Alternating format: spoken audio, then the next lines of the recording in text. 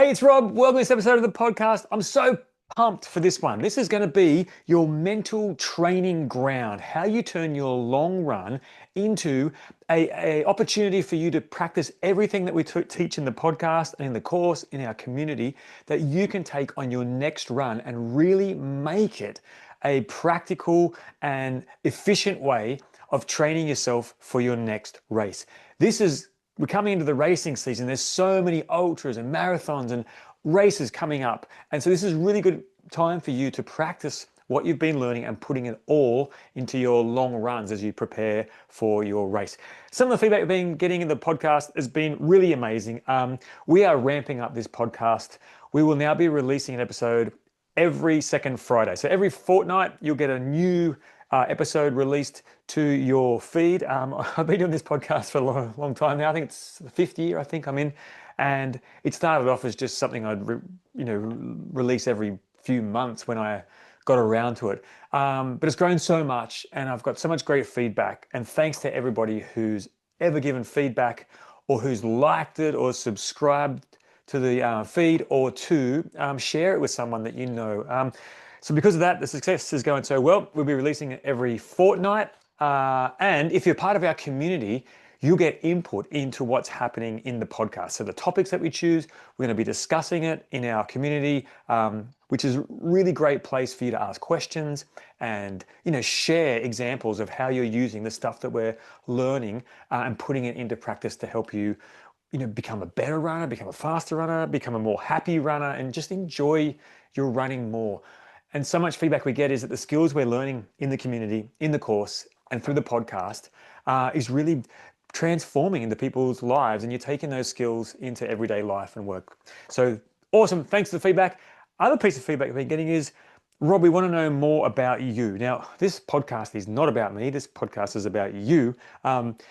But if you do want to know a bit more about me, I'll start to share more about my training and maybe my personal life, so you can get an idea of that I'm not just this, information dude for you to take into your running, but I'm also a human being with a life and a family and trying to balance all the things that you're trying to balance.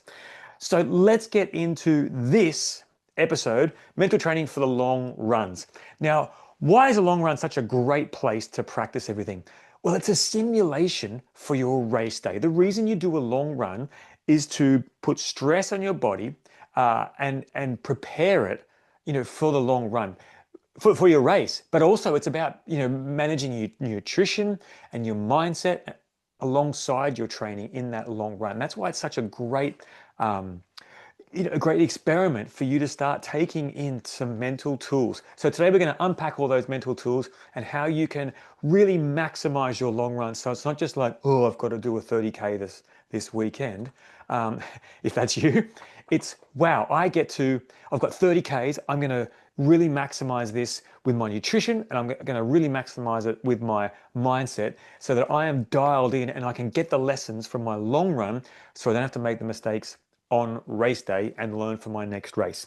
All right, so we're going to be breaking it down into a whole lot of cool things: attentional focus, how to break down your race, self-talk reps, some imagery, some mindfulness, talking about pain and discomfort and how you can manage it. I've got some stories to tell you from some inspiring athletes and a couple of great articles I'm going to share with you so you can really get a well-rounded view of how elites and normal athletes use mental skills in their long run for better performance and enjoying their running more. So let's start off with the intention for your long run. Your coach, if you're coached, or yourself, if you put a long run into your program, that run is there for a reason. And your mindset starts around getting clear on the reason that you're doing the long run. It's not just because I have to or because coach said, even though you could probably lean on those if that's where you're at. There's a deeper purpose for you for the long run, to get time on legs, to do race pace preview, if you like, to build mitochondria, yes, to get those batteries and those capacities in your muscles better, to move no, I'm no sports physiologist, to move oxygen and to move nutrients around, but it's also the perfect time for you to spend a long time with yourself on the road or on the trail, getting ready for that race day. So let's get clear on why I'm doing the long run this weekend and really start to think about it. I'm going to ask you that question now. Why are you doing the long run, for example, this weekend or whenever you're going to do your run? What's the purpose of that long run? This is where we start to get our mind set in the right direction for our long run. Why do I even bother going out there? What's the purpose of it? What's the point of it? I know I'm banging on with this, but if you can answer these questions as I'm talking, you'll get more engaged and you'll get more connected to your long run instead of, oh, I hate my long runs. They're tiring or they're boring and you can see where I'm going with that. So get clear on what's the purpose of it and really own that. And if you can't get a purpose for it, just link it to your goal, right? So this is another brick in the wall that's leading me to the goal. This long run is so important for time on legs, testing my gear, testing my shoes, making sure my nutrition's dialed in, and testing my mindset for how I approach it, what tools I'm going to use in the race, how I'm going to break the race down. So this is a really, really good mental training ground for me. All right, so let's get into a few things we're going to use in our mental training lab.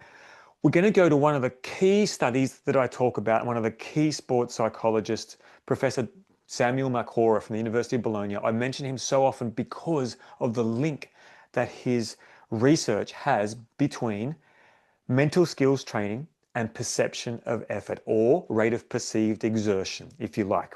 So this is measured on a scale called the Borg scale. It used to be from 6 to 20, and it's basically how hard do you feel you're working. It's now much better, 1 to 10. It's a scale of 1 to 10. And 1 is like, I'm just cruising, it's so mild. And then 10 is the highest rate of exertion I can possibly imagine. And so we want to put ourselves on that Borg scale and see right now, and just thinking, if you're doing your long run right now, or if you can imagine yourself doing your long run, where you're going to be sitting on that Borg scale, probably going to be around about 6. In a long run, you should be breathing nice and easy, hopefully mostly through and in and out of your nose, and less mouth breathing, and that'll just put you into a more relaxed state, a more parasympathetic response, and a lower zone. We're looking for that upper level or mid to upper range of that zone 2 in a 5-zone model. And so Samuel Marcora's groundbreaking research, which he's continuing as he goes with his team, is all about the relationship between the mental skills that you learn on this podcast and in our course and lowering that rate of perceived exertion. So as he was deploying these mental skills right throughout his lab training, mostly done with cyclists, but he's also done it on treadmills, mostly done with cyclists, he gives them mental tools and he measures the relationship or the correlation between the mental skills and the lowering of the rate of perceived exertion. And so what he's really talking about is your experience with fatigue is more mental related than it is physiology related.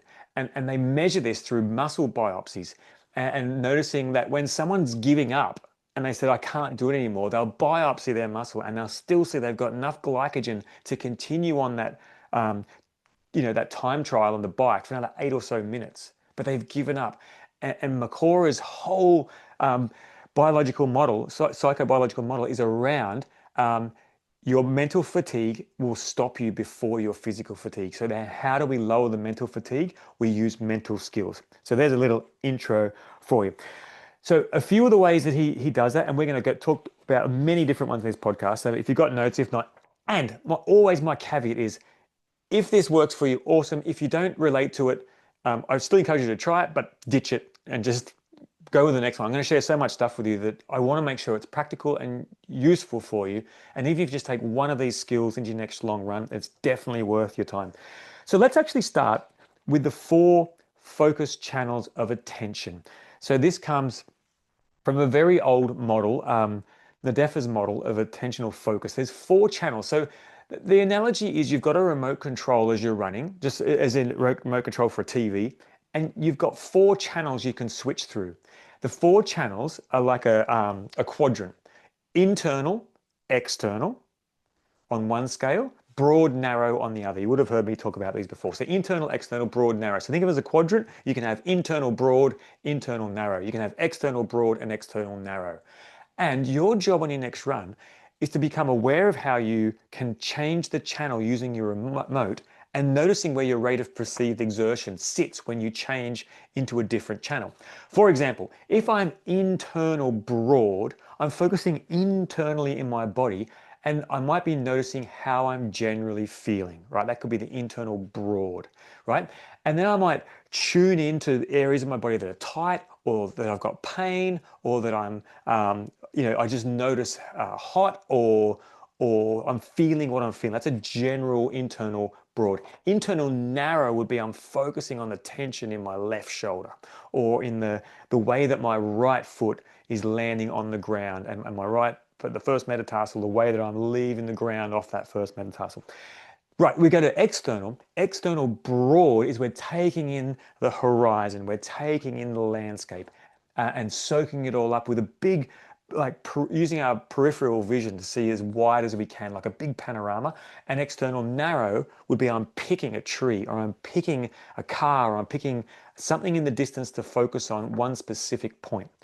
So let's go through these. So now that you understand what they are, skilled runners can change these channels at will and notice how it's affecting them in their running. One of the great examples, Dina Carster, right, the amazing Olympic marathoner. So one of her external cues to get her out of her internal focus on pain and everything was eyes up, see the horizon. This helped her recenter when negative thoughts started to pull her inwards into her body. We're going to talk more about pain and the relationship that Australian coach Grant Giles has taught us on this podcast in an interview. But for now, let's stay with these 4 channels so you understand.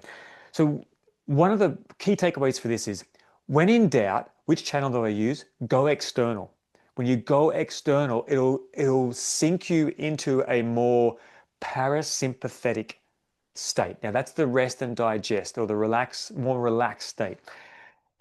So think about it. If you're actually under threat, normally you go in an internal narrow focus and you focus on the threat or you focus on the escape or the way out of the threat.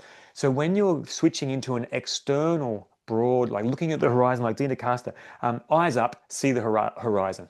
She's saying to her body, there's no danger. I can take my time, I can look around here, right? So the body's then saying, well, if I've got time to look around at the horizon and everything, obviously I'm not under any threat. And that's the way that we use it. So this is how you use it in the next run. Think about these 4 channels. You will have a preferred channel that you organically go to that you're probably not aware of, or maybe you are now that we've worked through them. But practice cycling through them. If you're doing like a hard effort, like maybe you're doing a tempo run or you're doing a 5K or you're doing intervals on a track or on a circuit, you want to go internal. You want to go into your form, the pain, and really trying to maximize and squeeze out every energy that you've got out of there. But for our long run, that's why I say, if in doubt, go external. All right, cool. Let's go to the next one. Breaking down your long run. If you're focusing on running 30 kilometers, that is a big chunk of information for your body. And it will actually put you into a threat state because 30-kilometer chunk, for most of us, seems like a long way to run.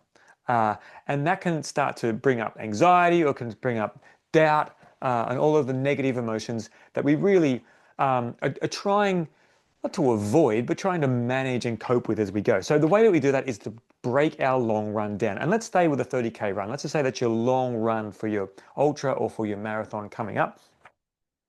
I want you to break that down in the same way that you would break your race down. For example, are you going to break it down into time, like chunks of time? Like I'm just going to focus on 30 minutes at a time, or 20 minutes at a time, or maybe even 15 minutes, or maybe an hour at a time, for example.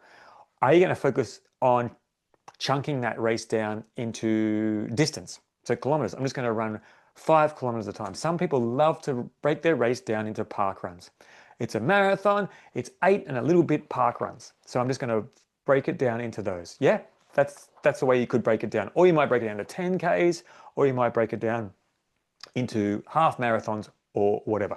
Landmarks is another way to do it. Let's say you're doing a trail ultra and you know that you're running Let's choose a race. Let's choose it in the Victorian Alps. You're running from Harrietville to the top of Mount Feathertop. You know you've got a 12-kilometer climb ahead of you, and you're just going to chunk it down, and all you're going to focus on is that 12-kilometer run up Bungalow Spur, right? You're not going to think about anything else in the race, just the chunk of race that you're in. You might be you might be thinking, oh, but I've still got, after that 12K, I've still got another 80 kilometers, for example. But we want to avoid thinking about that bigger chunk and just focus on the leg we have. So there's a few different ways you can chunk it down. Time, distance, landmarks. You might have other ways of doing it. They're the main ways. But I want you to break down your next long run in the same way you could break down your next race, just to practice. And you can set your watch if it's time bound. You can set it for 15 minutes or 30 minutes. It's a good reminder for your nutrition to take in, or you might be changing your pace to I'm doing 30 minutes easy, then I'm going to do 30 minutes medium, and then I'm going to do 30 minutes hard. That might be one of your long runs. Or you might be doing a 30-minute run and then a 5-minute walk, for example. It's just a way that you could chunk it down. So you can put it into your watch so it beeps to remind you, so you don't have to consciously think about, oh, and where am I at on my next park run? But your watch has got it for you. So break that race down, link it to these mindset lessons that we're doing, and also to nutrition. So that might look like, for the first 5K, I'm just going to work on my intentional focus. I'm going to use the DEFA's model, and I'm just going to be working through internal broad, internal narrow, external broad, external narrow. The second 5Ks, I'm going to work on the next one, which could be my self-talk reps. And I'm just going to practice my self-talk and see which one lowers my rate of perceived exertion or increases my belief and my confidence in that I can do this. And that's the way I want you to do your long run. Okay, let's move on. So as I said, let's go to self-talk reps. Quick revision on self-talk. Motivational is one type. You've got this, you can do this, you're smashing this, look at you go, you're amazing. Instructional is another one. Tall strings above, tall body, relax the shoulders, soft footfall, soft arms, drop your elbows. That's instructional self-talk, reminding yourself how to do it. Coping could be settle, relax, breathe, right? These types of things. Remember, we put our self-talk into the third person talking. So if we might say, if I'm going to use a motivational one, it's like, you got this, Rob. You're smashing this, Rob, right? Remember, it's like I've got a little coach who's following us and saying, Rob, Rob, Rob. It's not, I've got this, I'm amazing, I'm doing it. It's, Rob's got this, you're doing great, Rob, you're smashing this, Rob. It's like someone's with me, I'm not alone on this run. And we say it out loud. Olympic sprinter Natasha Hastings, this is a great story. She turned her career around in a horrible rainy weather storm in New York on a running track. She had lane 7 and it was pouring with rain, and it was the biggest race of her life. And her self-talk was, the sun is shining in lane 7. It's a great day in lane 7. This is my day in lane 7. Look how good the weather is in lane 7. And she ran her fastest 400 meters in years, and it launched her career. Kara Goucher, yeah, sorry, I thought Karen Goucher. Kara Goucher, she had power words. She called them power words. So like courage. Sarah Hall used relax and roll. Again, Dina Caster used to have this mantra or this self-talk, which is define myself today. Beautiful words. So your self-talk is a short, positive, present tense. You say it out loud. You say it in the third person. You use it as instructional, motivational, or coping. And it's like fuel for your performance. You can use it to lift yourself up, like, come on, let's smash this last bit out. Or it can be like settling your emotions, like, relax, let's chill here. You've got this, no hurry. Let's take our time. Let's just build into this, right? So that's your next block. And if you're breaking your race down into kilometers or time or whatever, that's how we're going to use it. All right. We're going to go into imagery next. Okay. Visualization and imagery is so powerful. And can you do it in your next long run? Absolutely. You can do it while you are training. It doesn't have to be when you're sitting still in a quiet room, because that's another thing you have to do, although it is really good if you can do it first thing in the morning and last thing at night. But let's use it in our run so you can practice it. Couple of stories. Usain Bolt he said he used to visualize every single race before he did it. one of the quotes he said was, well, funnily enough, I used to visualize every race before I ran. I would imagine the track and think about how I would run it. Muhammad Ali used to use visualization. He said, I used to visualize the mat and the opponents and all of the moves I wanted to use. Perhaps an even more detailed one I found was Brazilian footballer Ronaldinho back in 2003 said this. In an interview I found, he said, when I train, one of the things I concentrate on is creating a mental picture of how best to deliver the ball to a teammate. He was a playmaker, right? Ronaldinho was a playmaker. He'd get the ball and he'd push it forward to the strikers, preferably leaving him alone in front of the rival goalkeeper. So he'd imagine himself doing this amazing through ball and having the striker just one-on-one with the goalie. So he said, what I do always before a game, always, every night and every day, is I try to think up things, imagine plays which no one else will have thought of. And to do so, always bearing in mind the particular strength of each teammate to who I'm passing the ball. So think of the detail he's got here. When I construct those plays in mind, I take into account whether one teammate likes to receive the ball at his feet or ahead of him, or if he's good with his head, and how he prefers to head the ball. If he's stronger on his right or his left foot. That is my job. That is what I do. I imagine the game. Johnny Wilkinson, England rugby international superstar, also has got an amazing podcast called I Am. He used to say, I surface for my usual pre-match ritual of a shave and a shower before settling down to listening to a mental rehearsal CD. The script is prepared by myself and my coach, but read by him. This visualization technique is sort of clarified daydream, with snippets of the atmosphere from past matches included to enhance the sense of reality. Lasts about 20 minutes. By the end of it, I feel I know what is coming. The game will throw up many different scenarios, but I am as prepared in my own head for them as I can be.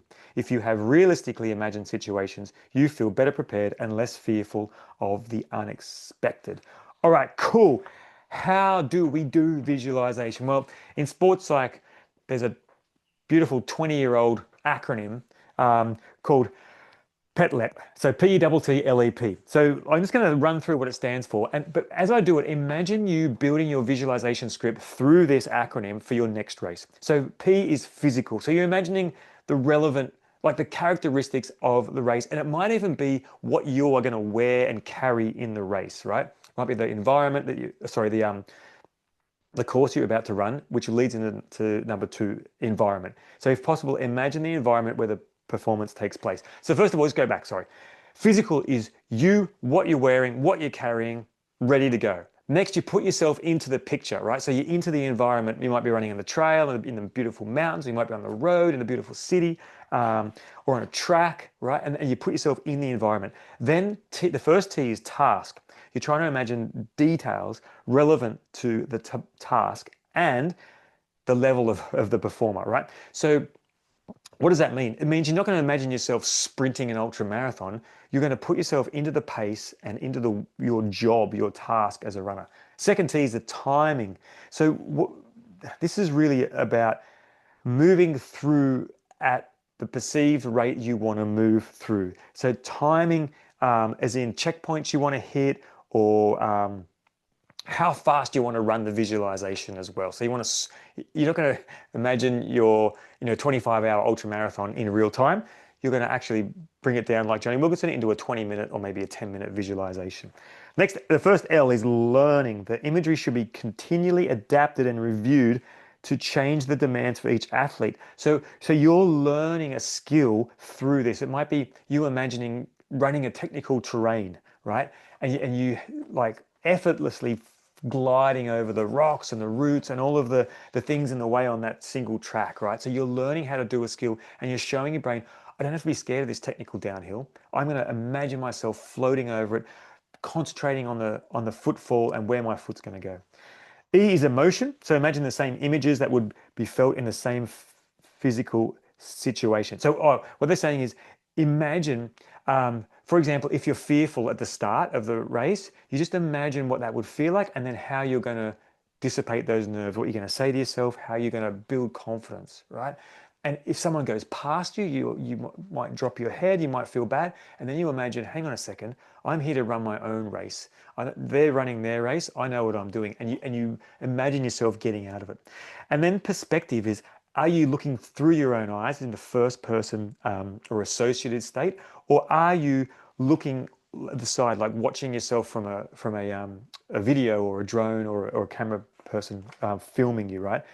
There's a whole bunch of research into which one you can use. I'm not going to go into that right now, but you can just cycle between them. So you're running through your own eyes, and then you might zoom out. Imagine you're being filmed by a drone or a car with a video alongside you.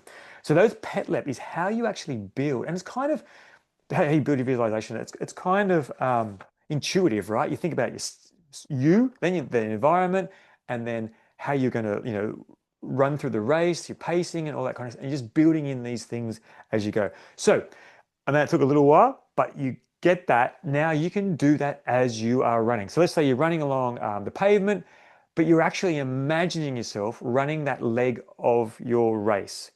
And then you put yourself into that place. You imagine the climb as you're going up the hill. You imagine yourself coming into a checkpoint. You imagine yourself seeing the crowd on the side of the trail, and you put yourself in there and how you're going to deal with the situations that come up. All right, imagery. So that's how we do it. Make it as real as possible. Sounds, smells, the whole visual experience, right? Make it as real as possible. All right, let's go to number 4 that you can use on your long run. Actually, I think it's number 6. I added a couple more in, so these are my old notes. Mindfulness. Mindfulness. Let's start with ultra runner Timothy Olson, who found meditation and mindfulness when he was at the top of his game, and he was struggling a little bit mentally, and he found mindfulness meditation. Now he teaches it in camps, and he's just gone from strength to strength. So he credits mindfulness for managing the stress and chaos of 100-mile races. And he goes into simple mindfulness 101, which is, what are 3 things I can see? What are 3 things I can hear? What are 3 things I can feel? So as you're running along and you're into this block, let's say you're into your 3rd 5K and for your long run, and you're like, oh, it's time to practice mindfulness. Right. What are 3 things I can see? I'm going to shift to an external broad, and I notice there's a mountain, there's a dog, there's a fence, right? And you're just going to, and what are you doing? You're broadening your perspective, right? Then I'm going to, what are 3 things I can hear? I can hear the bird, I can hear my footfall on the ground, I can hear the car going past me. What are 3 things I can feel? I can feel my shirt on my back, I can feel the shoes on my feet, and I can feel the wind in my face. What's this doing? Putting you where you are, right here, right now, noticing what's happening around you and bringing yourself into the cliched present moment. Now, flow state. Great saying in sports psychology, flow follows focus. And your focus is enhanced when you are in this very moment, right here, right now, not in the future. Oh, what am I going to do if, or what happens when? That's part of planning, that's okay, but your performance is better in the moment. So stay out of the future and stay out of, oh, I just made this mistake, or last time I ran this race, last time I ran this leg, I suffered, or whatever it is, right? Staying out of past and future, out of your head, out of your thoughts, and staying in this moment, being surrounded and encompassed in the moment.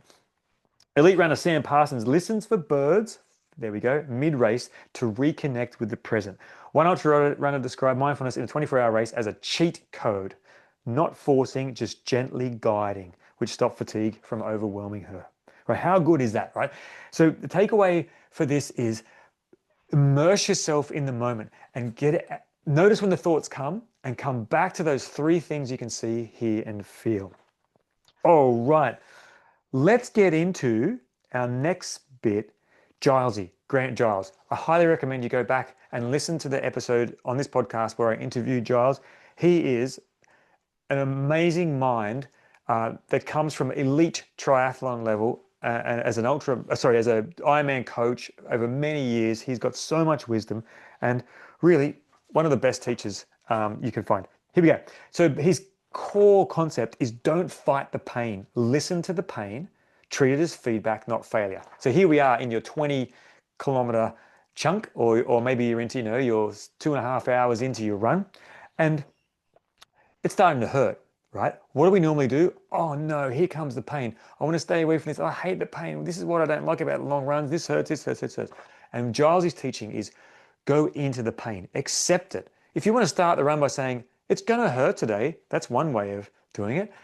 You can do that, or you can accept it when it comes up. And acceptance sounds like, of course it's going to hurt. What did I expect?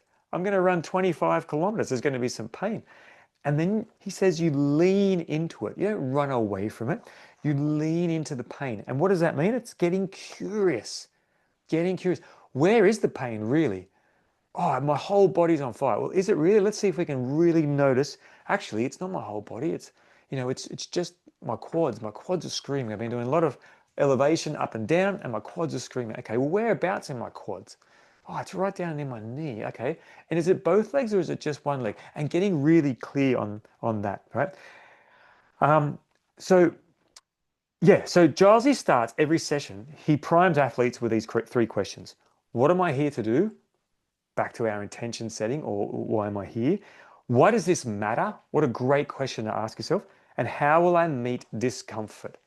Now, if you're already decided how you're going to meet discomfort, this is when you start to pull it out. So here comes the pain. Oh, I've already decided I'm going to get curious in this pain today. I'm going to really focus on where it is.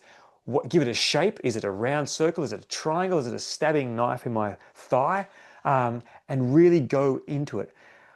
I'd love to hear what happens for you. I've been experimenting with this since I interviewed him. My word for this would be dissolves. My pain dissolves when I go into it. And if I avoid it, or if I try and dissociate from it, like put music on or pretend it's not there or whatever, it seems to get sharper and hurt more. That's just my experience. So next time you hit a tough patch, instead of this hurts, this sucks, try, this is feedback. I'm staying curious here. Yeah. I love Giles' teaching. It's so good. Here's other questions. What am I learning from this pain? And then if the negative thoughts come, then I'm going to change something. I'm going to shift to a tall posture. I'm going to go back to my self-talk and I'm going to start breathing in my nose. Ultra Marathon Man, Dean Karnazes, a book that started a lot of people running ultra marathons back in the late 2000, like 2008, 2009. He once said, I love this, if it didn't hurt, you didn't push hard enough, right? And what are we building here? We're building, that's what we're here for. That's what our running is for, to test us. If we're doing our runs and never getting tested, how are we going to know what we're capable of, who we are, how we react, how we respond, how we grow? Yeah. So if it doesn't hurt, you didn't push hard enough. Kano also backs it up with run with your heart. And it's so simple and it's so similar to what Giles says about pain plus purpose, right? Yes, it's hurting. And that's what I'm here for. I'm here to run with my heart. All right, takeaway cue. Discomfort isn't the enemy, right? It's my training partner. Let's go together. All right, so we've covered quite a lot today. I'm going to leave it there for content. I'm going to share something I heard Tom Evans. Tom Evans recently won the men's race in UTMB, Ultra Mont Blanc. I'm going to share a couple of stories from him and also, I'll share from him first. Self-praise. So Tom was talking about everything he did in that race was so intentional. He said, I took my jacket on and off 20 times, but every time I put my jacket on and off, I knew why I was putting it on. And this sounds, I know it sounds weird, but it's like, you didn't just put it on because other runners were putting it on, because he said, I'm putting this on to look after myself. And I'm taking it off because it's now warm and running with it is detrimental. So he was really intentional. I'm taking this fuel in to fuel my body. I know I need this amount of carbs and hydration, and I'm fueling my body. So imagine if you said to yourself, every time you put your gel in your mouth or whatever, it's like, I'm fueling my body. It's like you're really connected to what you're doing. He said he ran his whole race like that. Fascinating for me, even though it sounds so simple. But one of the things he really mentioned was self-praise and looking after yourself.